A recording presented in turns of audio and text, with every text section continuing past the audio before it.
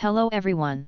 Today, we're diving into a topic that is both tender and powerful: how to break free from narcissistic control.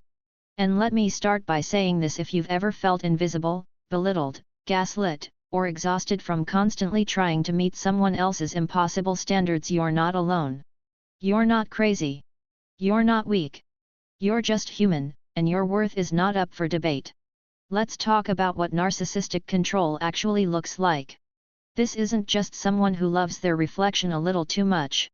This is about patterns, emotional manipulation, blame shifting, gaslighting, triangulation, love bombing followed by devaluation.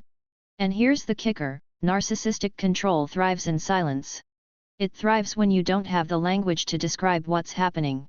Naming the behavior, this is manipulation, this is emotional abuse, starts to take its power away. Because once we name it, we can tame it. Boundaries are not about changing other people.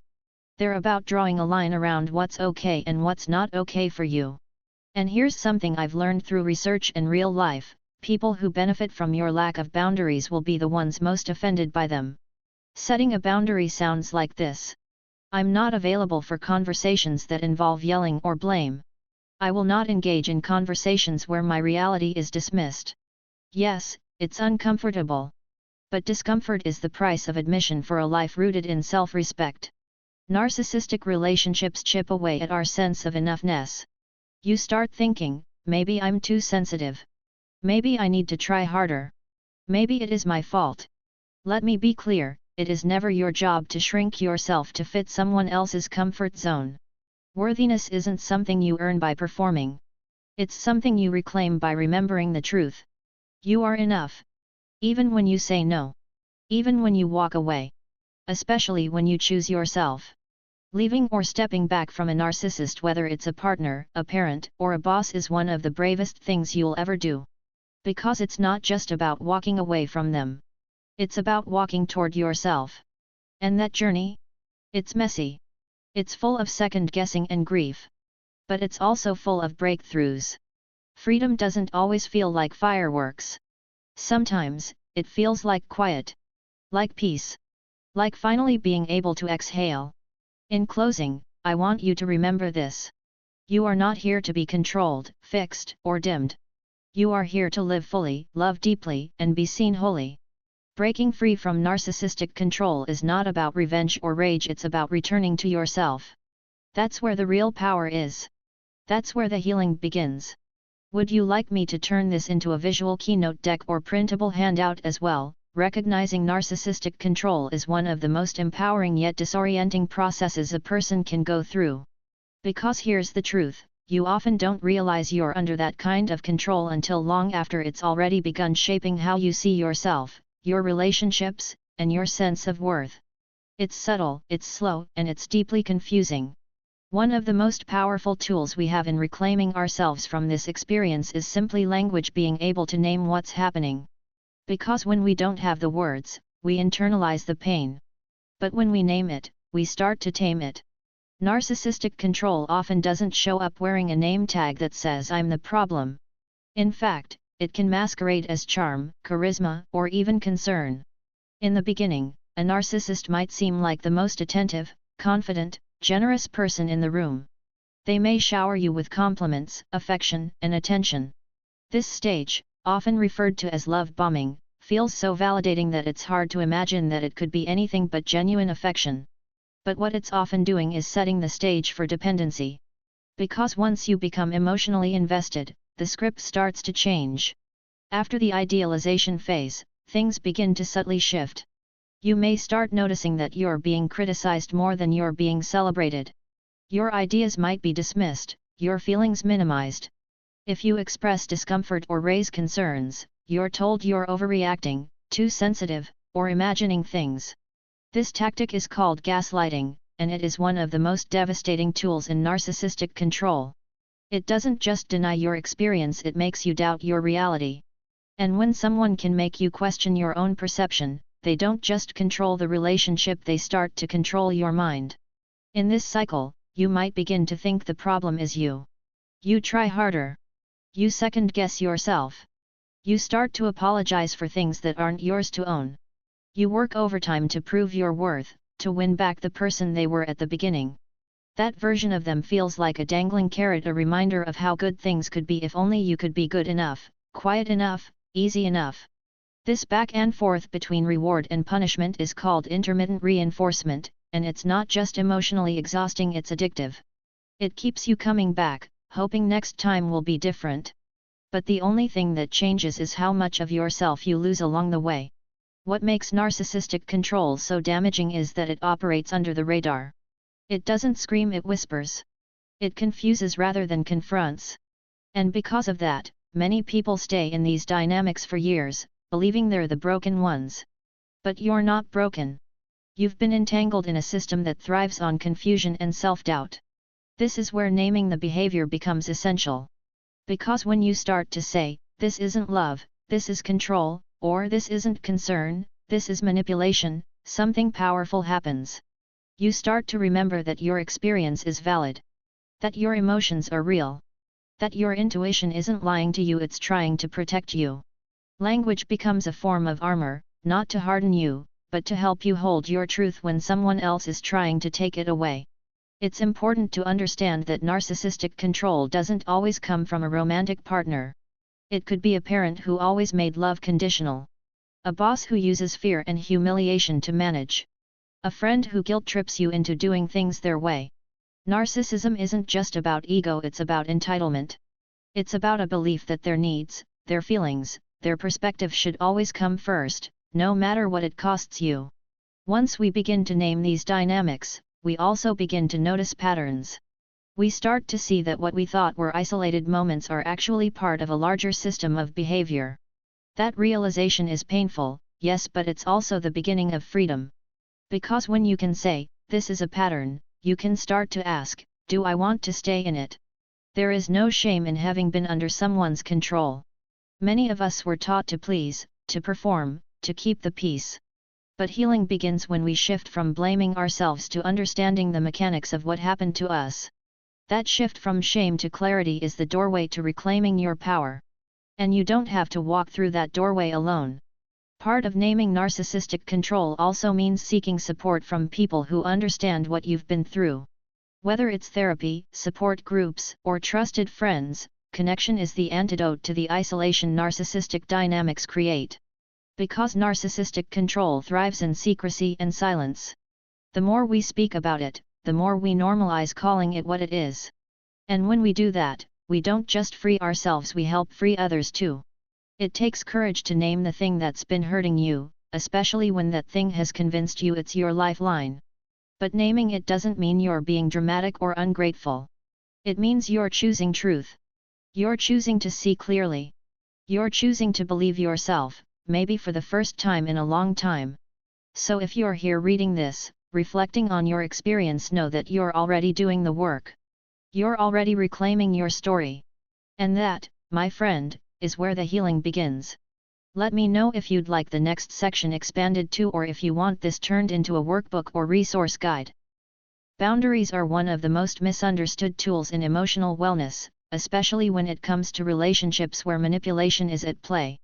We're often taught that setting boundaries is selfish, that it makes us cold, or even worse, difficult to love. But let's get something straight, boundaries are not about pushing people away. They're about protecting your peace. They're about honoring your truth. And when you're navigating the tangled and often invisible world of manipulation, especially from someone with narcissistic tendencies, boundaries are not just helpful, they're essential. One of the most dangerous aspects of emotional manipulation is how it slowly erodes your sense of what's okay and what's not. You might start out strong, self-aware, clear on your needs. But over time, the constant criticism, blame, guilt-tripping, and gaslighting start to chip away at your confidence. You begin to question your reactions. You start to feel like maybe you are too sensitive. Maybe you are asking for too much. Maybe keeping the peace is more important than speaking your truth. And that's how manipulation works. It teaches you to silence yourself in exchange for temporary safety. In relationships like this, boundaries become radical acts of self-respect. They are not declarations of war. They are statements of value, your value.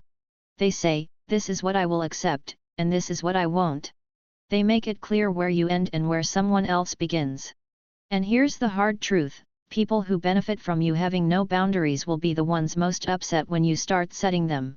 That pushback isn't a sign you're doing something wrong, it's often the clearest sign you're doing something right. Let's talk about what boundaries actually look like in real life. They don't always need to be loud or confrontational.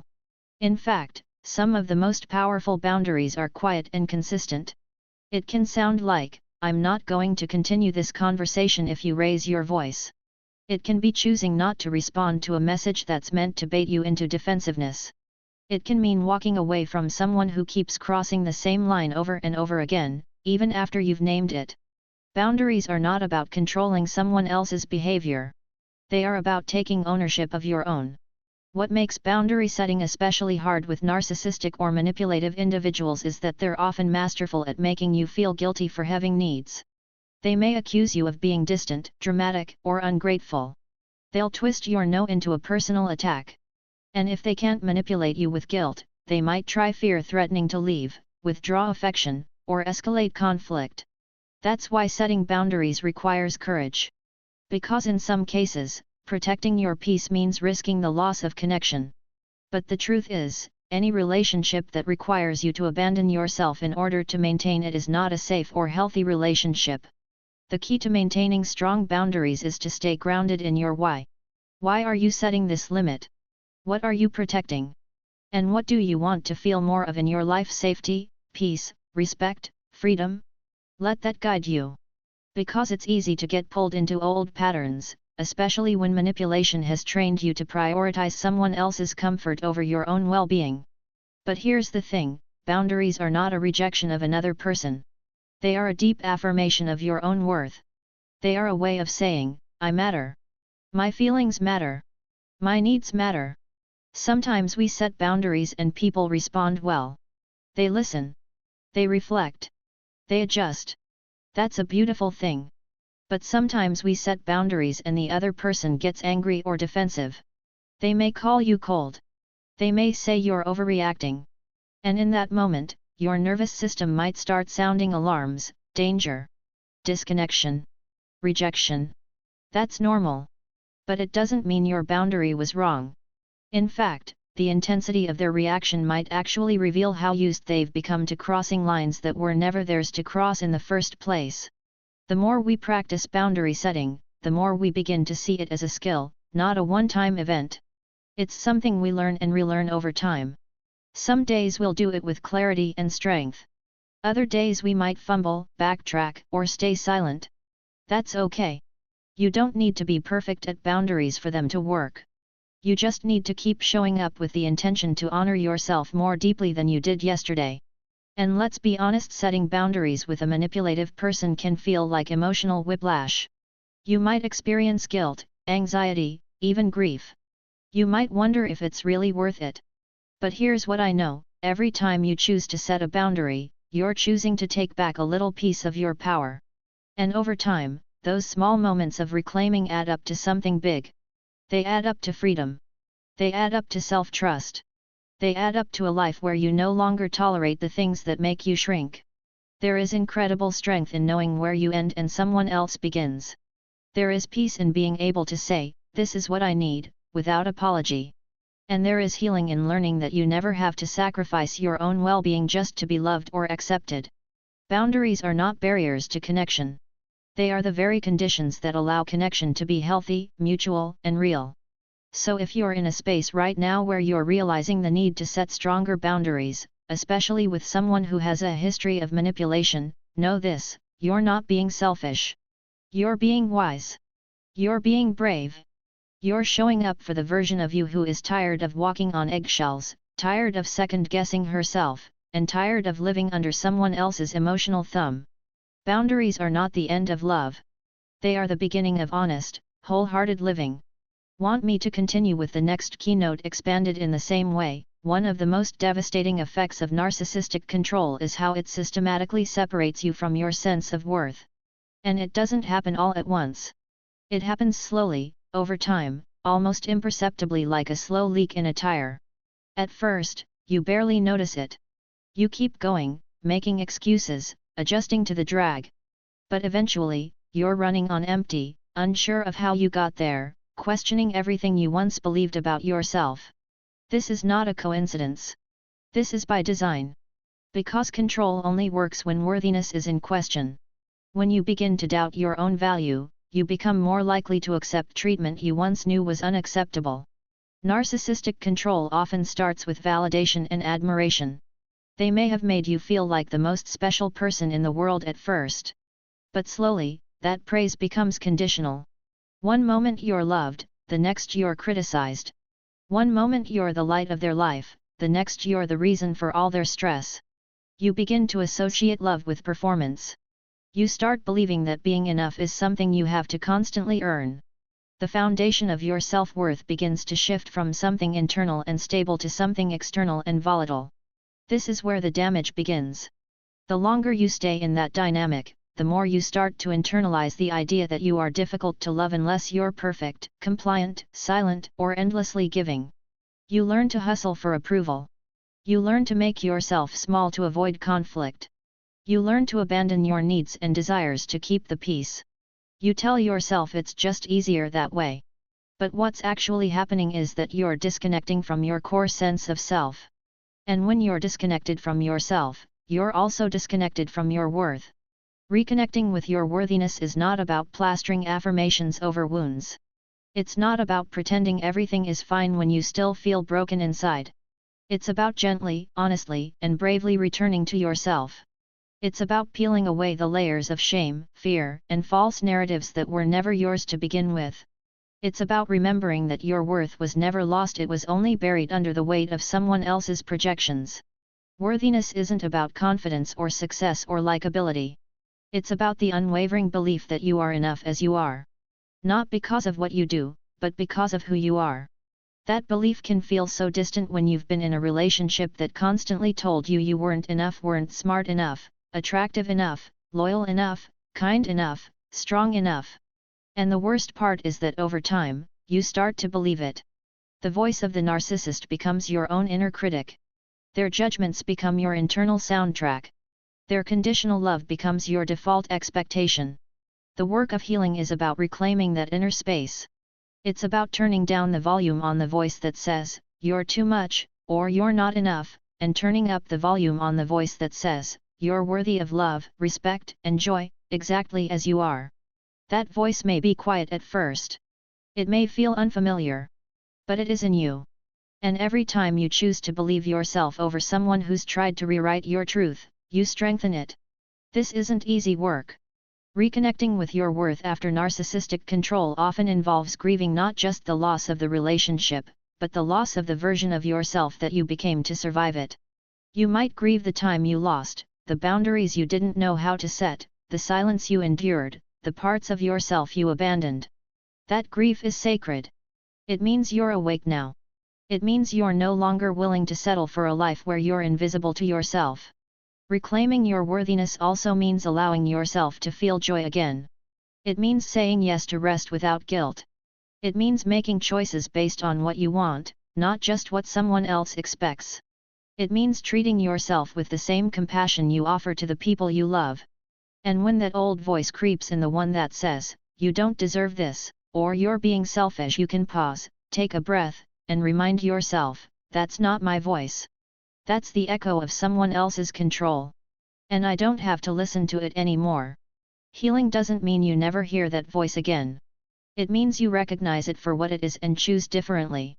It means surrounding yourself with people who reflect back your light, not your wounds.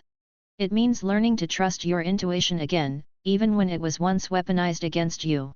And most importantly, it means becoming your own safe space, the person who sees you, believes you, and values you unconditionally. You don't need to wait until you've healed enough to claim your worth. Worthiness isn't a reward you get at the end of a long journey. It's something you carry with you, even when you're tired, even when you're hurting, even when you're unsure. The work is not in becoming worthy, it's in remembering that you always were. So if you're on the path of healing from narcissistic control, and you feel lost or unsure or like you're still carrying the weight of someone else's voice in your head, know this: you are not broken. You are not too far gone. You are not hard to love. You are worthy now. In this moment. Exactly as you are. And no one, no matter how powerful or persuasive, has the right to convince you otherwise. Would you like me to move on and expand the final keynote? Courageous disengagement. Disengaging from a narcissistic relationship is one of the bravest, most profound acts of self-liberation a person can choose. It's not just about walking away from a person, it's about walking toward yourself. It's about reclaiming your right to live without the constant emotional manipulation, the gaslighting, the subtle erosion of your identity. But let's be honest, it's rarely a clean break. It's a process. And it requires a depth of courage most people don't talk about. Because leaving something toxic isn't just about physical separation, it's about disentangling the emotional hooks that kept you tethered for so long. Narcissistic control thrives on confusion and doubt. You've likely been conditioned to believe that leaving is a failure, or that you'll be the one who's blamed. Maybe you've even convinced yourself that things aren't that bad or that you should just try harder. Maybe you've been told directly or indirectly that your pain isn't real, or that you're overreacting.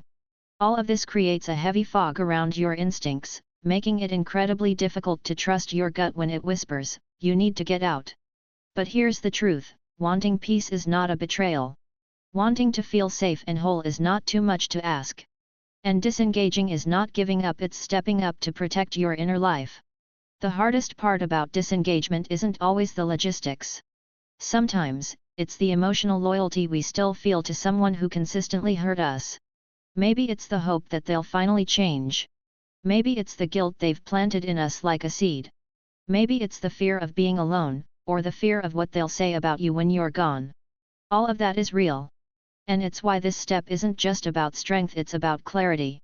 It's about sitting in the quiet and telling yourself the truth, even when it breaks your heart. It's about saying, "This is not love," even when part of you wishes it still could be. Courageous disengagement is often quiet. It's not always a dramatic confrontation or a perfect goodbye. Sometimes it's deleting the number, blocking the messages, choosing not to respond. Sometimes it's stopping yourself from trying to explain, justify, or fix. Sometimes it's simply deciding that your energy is no longer up for negotiation. The courage here lies not in how loudly you walk away, but in how deeply you decide to stay away. And that choice to stay away from what hurt you is an act of self-trust that begins to rebuild everything narcissistic control tried to take from you. And make no mistake, disengagement isn't easy. There will be moments when you second-guess yourself. Moments when the silence feels unbearable. Moments when you wonder if maybe you were the problem all along. That's the old narrative trying to pull you back. It's the echo of a relationship that conditioned you to ignore your own needs for the sake of harmony. But healing begins when you stop asking permission to be free. When you stop explaining your pain to someone committed to misunderstanding it. When you finally decide that your well-being is more important than someone else's comfort. You don't need a person to agree with your reasons for leaving in order for them to be valid. You don't need an apology or closure. You don't need them to see the damage they caused. Sometimes the most powerful healing happens not when you get the ending you wanted, but when you choose yourself anyway. That's what courageous disengagement is, a commitment to yourself. A promise that you will no longer abandon your own heart just to keep someone else close. This process is also about boundaries that protect, not punish. It's okay to say no contact. It's okay to create space, block access, and protect your peace without guilt. These boundaries aren't harsh, they are necessary. Because healing can't happen in a space that keeps wounding you. You deserve to heal in safety. You deserve to rebuild your identity without the constant pressure of being who someone else needed you to be. And you deserve to know what it feels like to breathe freely, without walking on emotional eggshells. As you disengage, you may find yourself grieving not just the relationship, but the version of you who stayed too long. You may feel sadness for the dreams you had to let go of, the love you gave, the time you can't get back. That grief is not weakness. It's a sign of your humanity. Let it come. Let yourself mourn what you wanted it to be. But don't confuse that grief with regret. Because every step you take toward freedom is a step toward the life that was waiting for you beyond the pain. Eventually, there comes a moment where the silence begins to feel safe. Where solitude feels like sanctuary. Where your own voice, once muffled under manipulation, becomes loud and clear again. That's the moment when disengagement shifts from loss to liberation. That's when you realize you never needed to be enough for someone who was determined to see you as less. You were always enough. You just needed space to remember that.